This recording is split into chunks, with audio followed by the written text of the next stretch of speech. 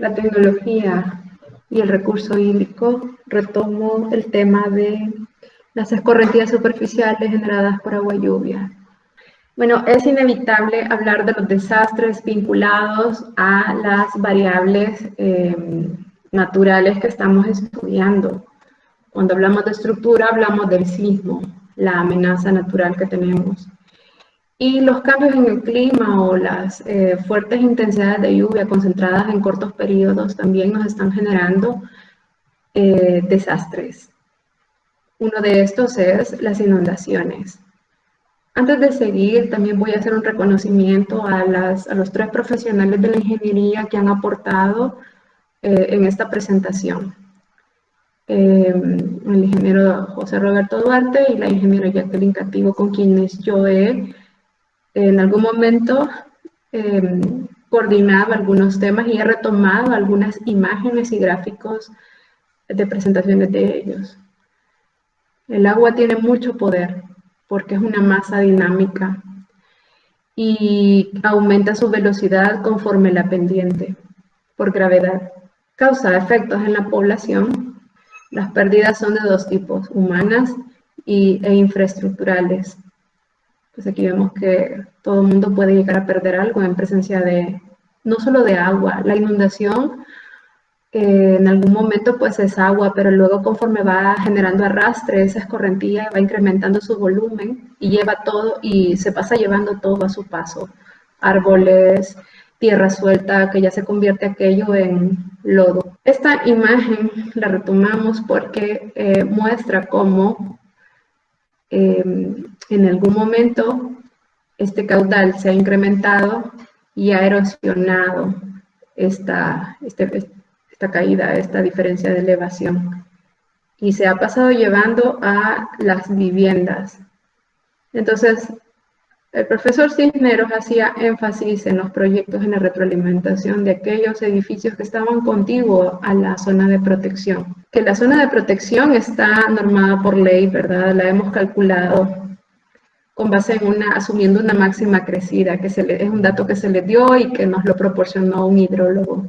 Y aunque tengamos obras de paso, el agua tiene tal poder y tal arrastre que puede acabar con el puente más resistente que pueda haber diseñado un ingeniero estructural. Y en el caso de los drenajes, queremos enseñar acá que este diámetro probablemente es mi altura, unos 60. Visualizar en las instalaciones de aguas negras o la de 6 pulgadas, que es generalmente el drenaje doméstico de la vivienda, que aquí hablamos de grandes diámetros y a donde cabe un tronco, un árbol, un arbusto, animal, esta persona. Entonces los arrastres al final llevan todo al desecho, todo lo que va a su paso. Y cuando llegan a una zona plana, el desecho se va acumulando. Si esto se tapa, la inundación puede ser aguas arriba. Entonces, ¿esto qué mensaje nos da? Requiere mantenimiento y también generar obras para la desembocadura. A esto se le llaman muros aletones, que son muros a 45 grados saliendo donde estoy señalando. Si por un lado el agua puede ser fuente de amenaza, que nos genera riesgo, a veces nos hace vulnerables, o sea, y con un mal diseño estamos creando el riesgo no a través de la amenaza, sino de la vulnerabilidad. Pero por otra parte, la falta de agua se convierte también en una amenaza para un proyecto. Si no hay agua, no hay vida. Y nosotros, con nuestras malas prácticas como ciudadanos, personas irresponsables, que no estamos comprometidos con el medio ambiente, generamos también la contaminación de las aguas. Al final vamos a ver que es un círculo virtuoso, pero que se ha convertido en vicioso gracias a el descuido. Iniciada de las precipitaciones y el agua va recorriendo desde los puntos más altos a los más bajos. Esta podría ser la cadena montañosa, la cadena volcánica que tenemos en la cordillera del Bálsamo, y esto ya nuestro océano Pacífico. Pero desde un punto a otro, ¿qué diferencia de elevaciones podrían haber? Pues aproximadamente 1 kilómetro. No llegamos a la 1000, al menos en la zona, en el municipio donde estamos. Las curvas de nivel, precisamente es lo que nos están diciendo, la diferencia de elevación con respecto al nivel del mar. El agua, desde que cae, va pasando por diferentes estratos y hay algunas hondonadas o depresiones donde el agua se empoza de forma natural y este es un disipador de energía natural del relieve. Esto lo que hace es ayudar, se evapotranspira y crea microclimas y evita que llegue más rápido a la zona baja. Siempre gracias a la radiación tenemos el fenómeno de la evaporación y la evapotranspiración. Estos son factores que algunos ingenieros consideran para el diseño de esas lagunas de retardo o de laminación. Pero también hay que tomar en cuenta que hay otros dos factores, la pendiente de los terrenos y la estratigrafía, o sea, las características de los estratos del suelo. Hay algunos suelos que tienen mayor capacidad de filtración, como son las arenas, y hay otros que no, como son las arcillas. Esto lo tiene bien estudiado la geología. Entonces, todos estos factores los estoy mencionando porque más adelante vamos a ver que forman parte de unos mapas de estudio. A medida que aumenta la urbanización, también crece el porcentaje de las áreas impermeables. O sea, a mayor urbanización, mayor área impermeable. Los cuadros de área del proyecto les hemos solicitado que verifiquen el porcentaje de área impermeable respecto a cada parcela para no incumplir el artículo de ordenanza que dice no impermeabilizar más del 30%, pero lo cierto es que los municipios deben limitar las áreas de impermeabilización en determinados sectores. Esto es parte de la planificación territorial. Si el terreno es montañoso y con pendientes considerables, por ejemplo, arriba del 30%, la velocidad del flujo escorrentía es mayor, o sea, vamos a tener el agua recorriendo a mayor velocidad y generan mayores caudales aguas abajo. Significa que estoy en elevaciones más bajas de donde estoy parado o aguas arriba es elevaciones mayores a donde yo estoy. La escorrentía superficial en la ciudad arrastran contaminación. Grasas, metales pesados, sedimentos pueden causar los flujos de agua por medio de drenajes urbanos.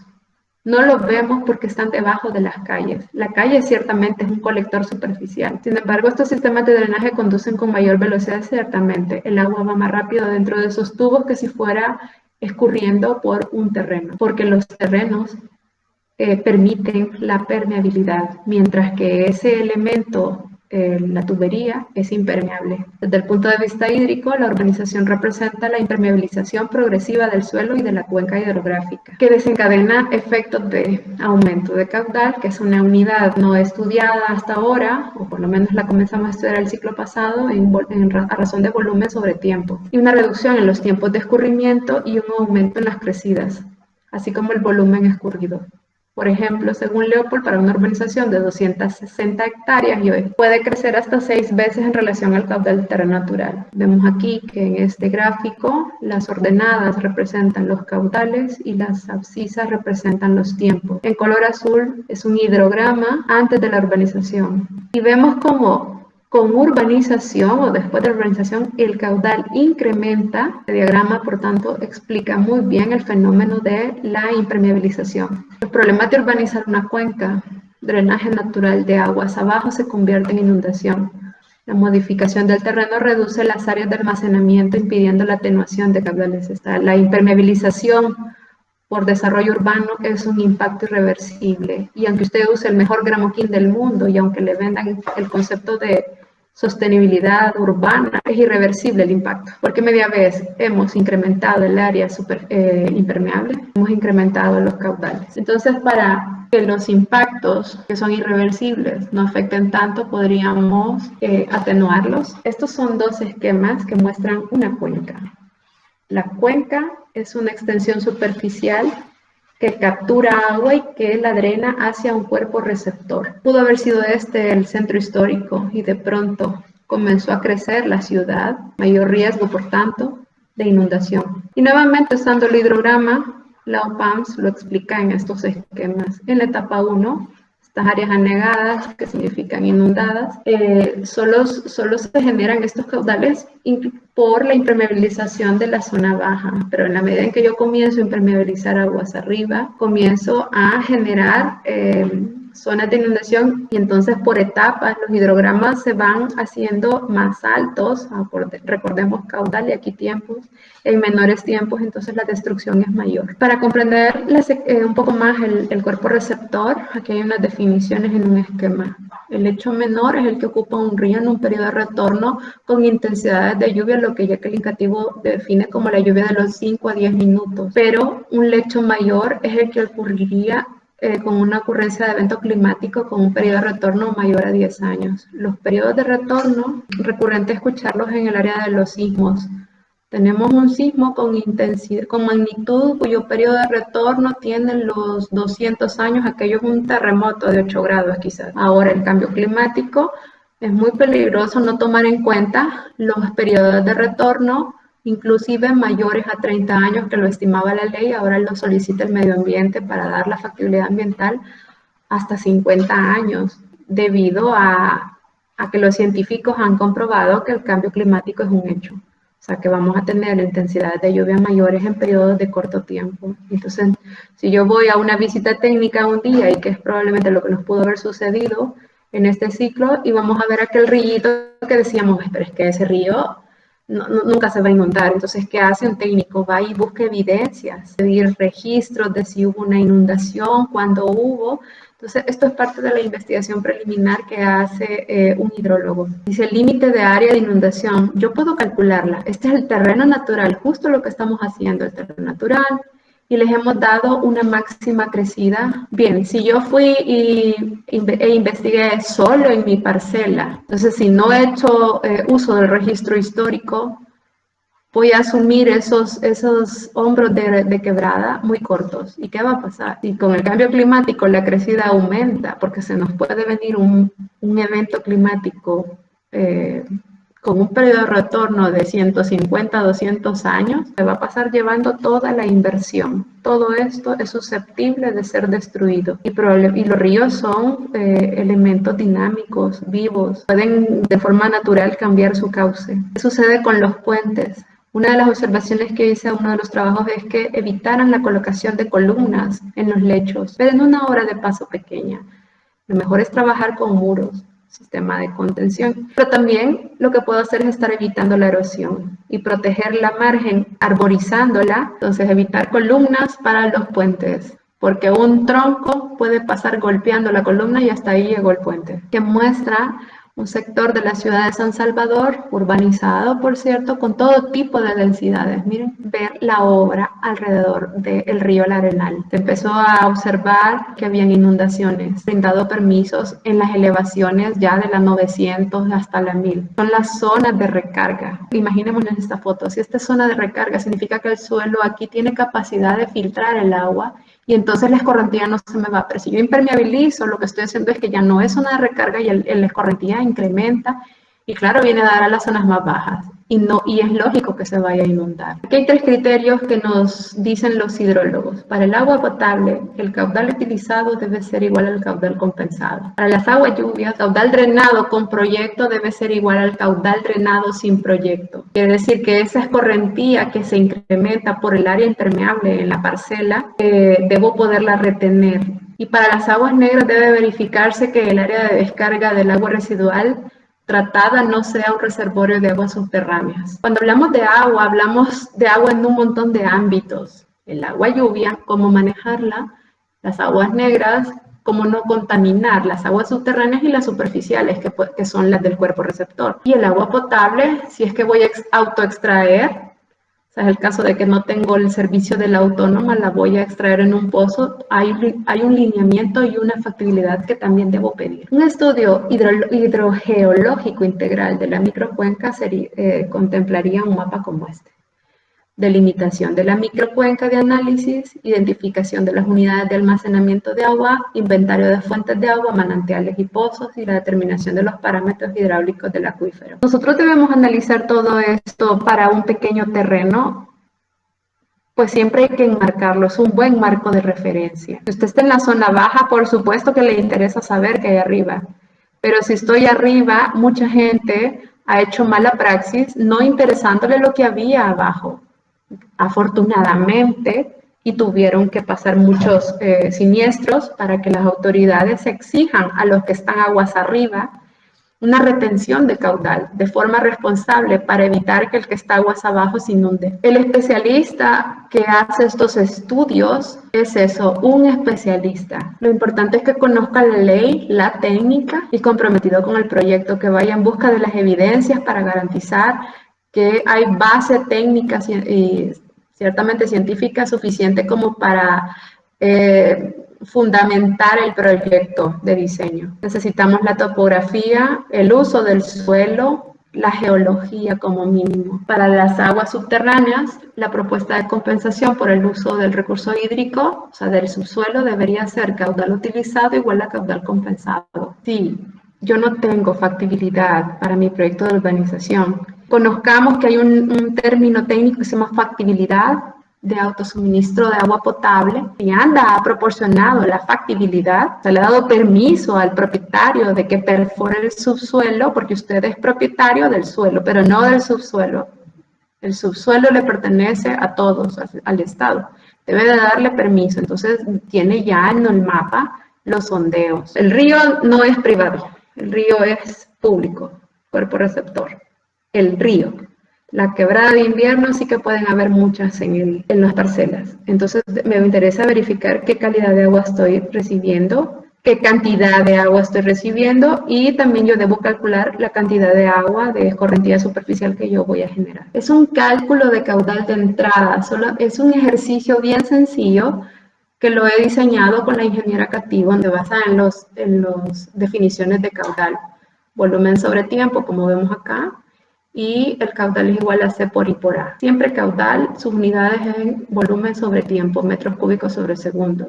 La C es un coeficiente de escorrentía, es adimensional y depende de la permeabilidad del suelo, la humedad, la compactación, la porosidad, la compactación y porosidad pueden ir de la mano, la vegetación, la elevación con respecto al nivel del mar, la intensidad de lluvia de un año en milímetros por minuto, se obtiene de curvas de intensidad, duración y frecuencia, que son registros que lleva las estaciones meteorológicas del Observatorio Ambiental.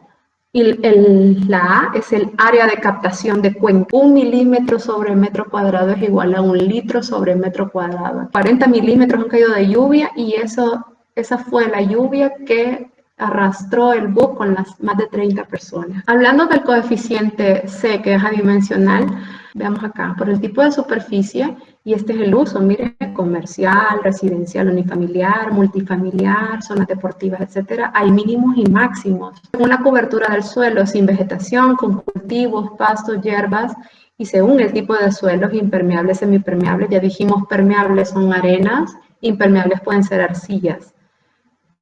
Con pendientes mayores al 50%, de 20 a 50, de 0 a 1, tenemos aquí valores con los que se puede seleccionar y hacer el cálculo. Un ejercicio práctico, determinar el caudal de entrada y sobre todo el volumen del dispositivo de almacenamiento temporal con datos dados por la Oficina de Planificación en color verde, dice, y datos del proyecto en color rojo, sin considerar el caudal de salida. El área impermeable es 1, la intensidad de lluvia es esta, la voy a transformar y mi área son 100 metros cuadrados. Si yo obtengo caudal, me da este dato.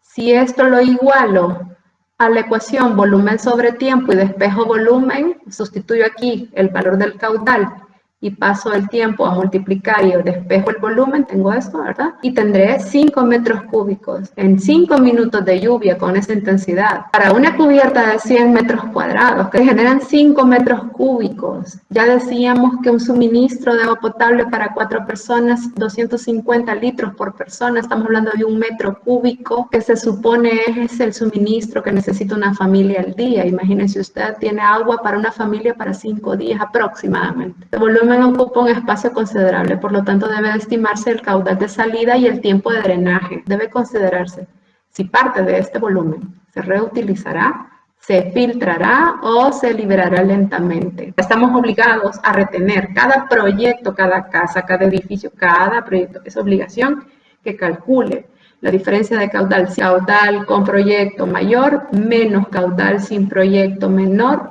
Esa diferencia la debo retardar, almacenar. Yo decido si la reutilizo, si la filtro. ¿De qué depende filtrarla? Depende del estrato del suelo. Si tenemos arcillas, tenemos suelos muy impermeables, por tanto no me sirve de nada filtrarla, no puedo filtrarla. ¿Cómo evitar las inundaciones? Bueno, hay algunas estrategias. Generalmente los hidrólogos recomiendan retardar en la fuente y no hacer un solo retardo. Y ahora para el caso de la urbanización, esto tiene más sentido. ¿Dónde cae el agua lluvia?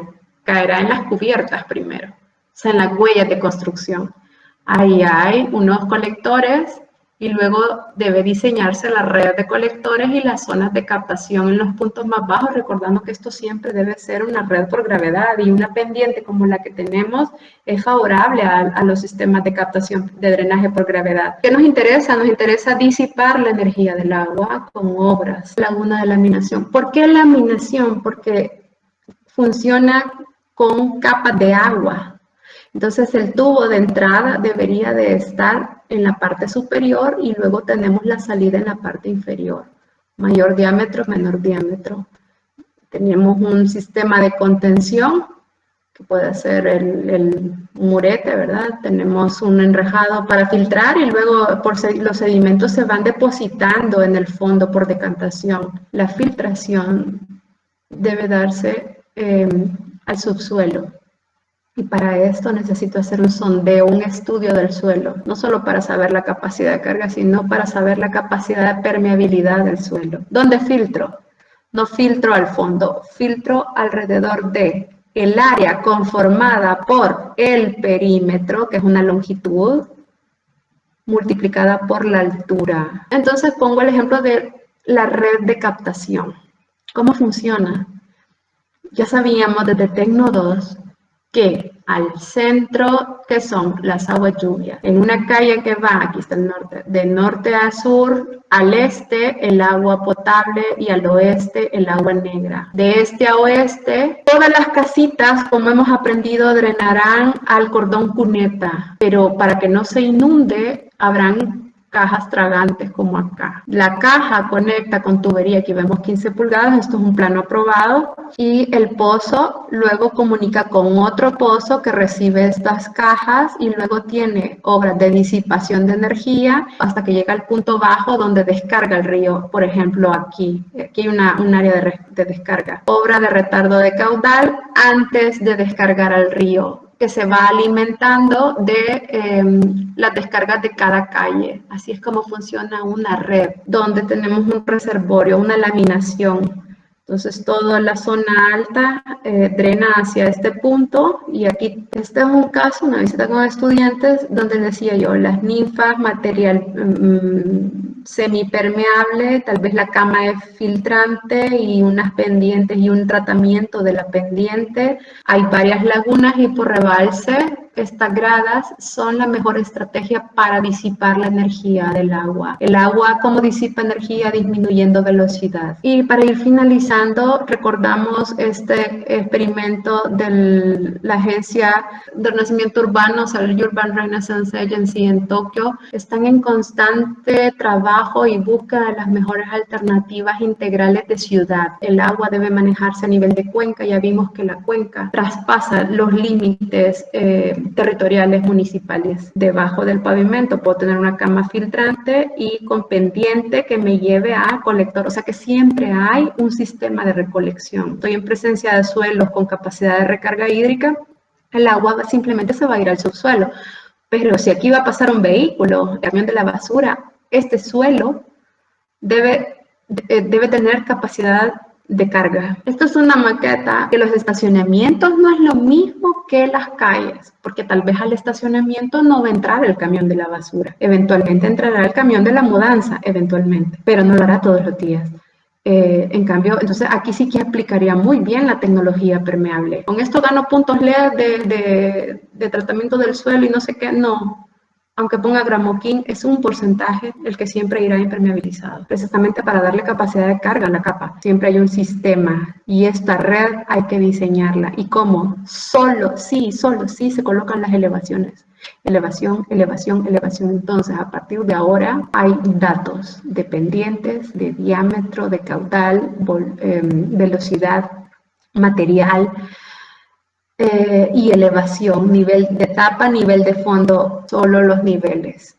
Entonces vamos a desarrollar la red con nivel de rasante, que es el de tapa, corresponde al nivel de rasante, y el nivel de fondo, que en una sección deberá resolverse con pendiente. O sea que nos preparamos para proponer la red colectora de aguas lluvias. Otra maqueta. Una imagen de cómo hay un desarrollo urbano similar a el Ibu, todo lo que estos son de Kicho Kurokawa, que es un gran maestro de la arquitectura en Japón, muchas maquetas. Era una frase de los japoneses, vean los dibujitos, fue un taller hecho con niños en la municipalidad, formaron esto. O sea, con la visión de todos, hacemos ciudad. Como obra de arte, bonito. Ahora, lo importante es resolver técnicamente los planos.